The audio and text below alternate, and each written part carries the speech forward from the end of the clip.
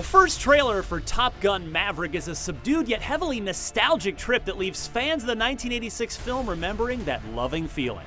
The trailer is chock full of familiar imagery and callbacks to the original Top Gun, but it also makes the point that Maverick himself, aka fighter ace Pete Mitchell, is an anachronism, a dinosaur whose time has passed even if he himself can't seem to move on or evolve.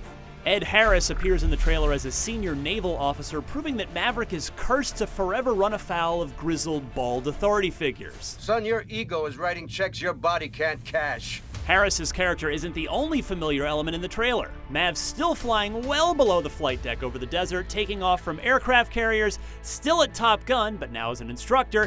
He's still even rocking his aviator sunglasses and bomber jacket. He still has a motorcycle, which he rides without his helmet and chases after jets taking off. He still broods on the flight deck of an aircraft carrier, staring wistfully out at the ocean. And yes, he still loves playing with the boys. That's gay. You know, beefcake volleyball matches. You can see that he keeps a photo of his late co-pilot and bestie Goose in his locker, but there are hints of what's new in his life. Mav appears to be testing out some new form of aircraft at one point. It's a decidedly futuristic-looking moment in a trailer basking in a nostalgic, sunny glow. We get our first look at John Hamm's character, who appears to be the new hard-ass in charge of the Top Gun program, if his bearing is any indication. Here's Jennifer Connelly as Mav's love interest. We're not sure if she's supposed to be Charlie, who was played by Kelly McGinnis in the original film, or if she's an entirely new character. And here's a quick glimpse of Miles Teller as the son of Goose. And like his late dad, he loves playing the piano and carousing with his fellow Top Gun students. $5 says he's singing Great Balls of Fire here. He looks decidedly less happy a few moments later, but it wouldn't be a group of alphas without at least one blowout.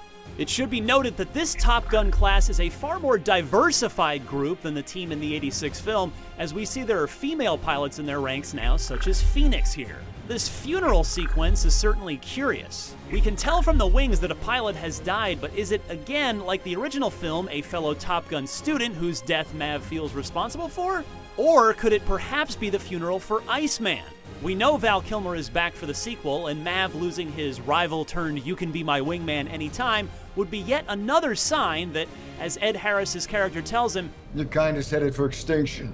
We're not sure if Mav and the team are on a combat mission here in this snowy region, or if this is just a training exercise, but Tom Cruise revealed at Comic-Con that all the flying in the movie is real, and that the film is meant as a love letter to aviation.